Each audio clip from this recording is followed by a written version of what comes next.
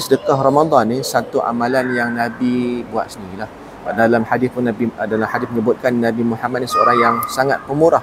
Wa kana ajwadu fi syahri Ramadan, dan Nabi itu sangat-sangatlah pemurah bila mana masuknya Ramadan. Jadi Nabi ini memang Ramadan tak kira sedekah ni. Oleh kerana itu memang digalakkanlah untuk umat Islam bersedekah, kerana itulah sunnah yang dituntut kan. Kalau ikut dalam Al-Quran pun Allah Ta'ala menyebutkan wa atidhal qurba haqqahu.